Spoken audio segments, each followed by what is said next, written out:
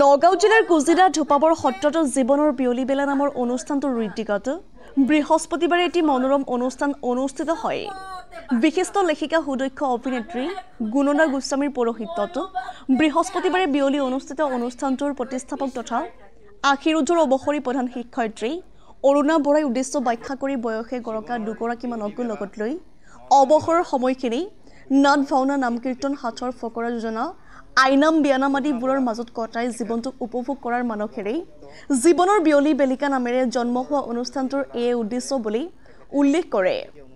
বয়োজ্যেষ্ঠ গুণমাই বৰাই পৰিৱেশন কৰা ঘোষাৰে আৰম্ভ হোৱা অনুষ্ঠানত প্ৰবীণ অনন্তৰ শিল্পী গম্ভীৰ নাথে পৰিৱেশন কৰা গীতৰ লগতে অভিনেত্ৰী তথা সুগায়িকা কুসুম বৰুৱাৰ গীত, প্ৰগতি খান্দে হিৰুদাৰ কবিতা, নিশামণি বৰাই জ্যোতি সংগীত, গুণদা গোস্বামীয়ে নাটকৰ সংলাপেৰে মুখৰ কৰি তোলা অনুষ্ঠানটিত অধ্যাপক মোহিনী মোহন ডেকা, সাংবাদিকে প্ৰাঞ্জল বৰদলৈ, বয়োজ্যেষ্ঠ সুৰেণ বৰা, দীপালী বৰা, ৰেণু বৰা, ননী বৰা প্ৰমুখ্যে গাত বয়সৰ আঁচুৰ পৰা কেইবাগৰাকীও ব্যক্তিয়ে জীৱনৰ উপলব্ধিৰে আগবঢ়োৱা মন্তব্য এক প্ৰকাৰ সকলোৰে দুচকু আনন্দ স্ৰোতেৰে ভৰি পৰে। অৱসৰী শিক্ষক প্ৰগতি খান্দে আগবঢ়োৱা শলাগৰ শৰাইৰ অন্তত জাতীয় সংগীত পৰিৱেশনৰ অনুষ্ঠানৰ সামৰণি পৰে। নগৰৰ পৰা বিফুটি বৰাৰ ৰিপৰ্ট ইছা 24x7। নগাঁৱৰ এগৰাকী বিশিষ্ট লেখিকা তথা শেহতীয়াকৈ সৰু অসম লেখিকা সংস্থাই তেখেতলৈ বাৰ্ষিক লেখিকা সংস্থাৰ বঁটা আগবঢ়াইছে। তেখেতো আজি এই জীৱনৰ বিয়লি বেলা অনুষ্ঠানটোত আহি উপস্থিত হৈছে। তেখেত হৈছে গুণদা গোস্বামী বাইদেউ। আপুনি জীৱনৰ বিয়লি বেলা অনুষ্ঠানটোলৈ আহিলে, আপোনাৰ অভিজ্ঞতা কি আপুনি কওকচোন। মই দেখিছোঁ এই অনুষ্ঠানত মহিলা পুৰুষ জ্যেষ্ঠসকল যিসকল 60 বছৰ ঊৰ্ধ সেইসকলে একত্ৰিত হৈ ইয়াত এই অনুষ্ঠানত অংশগ্ৰহণ কৰিছে। গতিকে মই ভাবোঁ তেখেতসকলে ইয়াত বহুত আনন্দ পাইছে আৰু বিয়লি বেলাটো কটাবৰ কাৰণে তেখেতসকল সক্ষম হৈ পৰিছে। এই মোৰ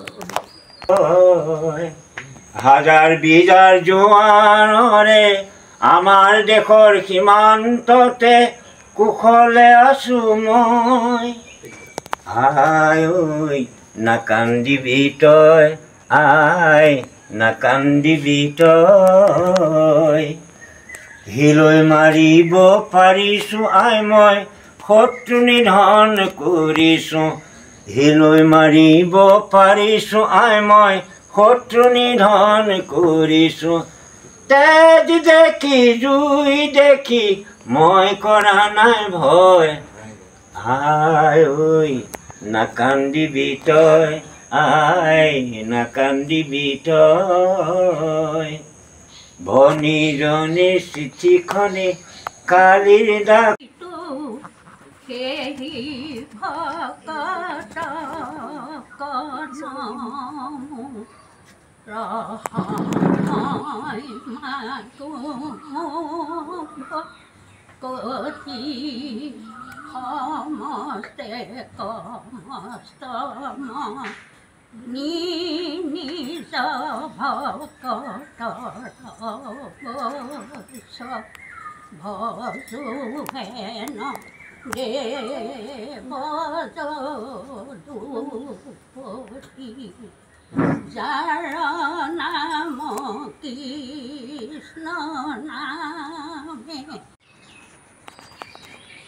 অসমৰ এগৰাকী প্ৰবীণ অনাতাঁৰ শিল্পী গম্ভীৰ নাথ, আমি আজি এই অনুষ্ঠানটোত তেখেতকো দেখিছোঁ। ইতিমধ্যে গুণদা গোস্বামী বাইদেৱে কৈছে যে 60 বছৰৰ ঊৰ্ধৰ যিসকল ব্যক্তি তেখেতসকলক সমবেত কৰি এটি মনোৰম অনুষ্ঠান হিচাপে বিয়লি বেলাৰ অনুষ্ঠানটো আৰম্ভ কৰিছে।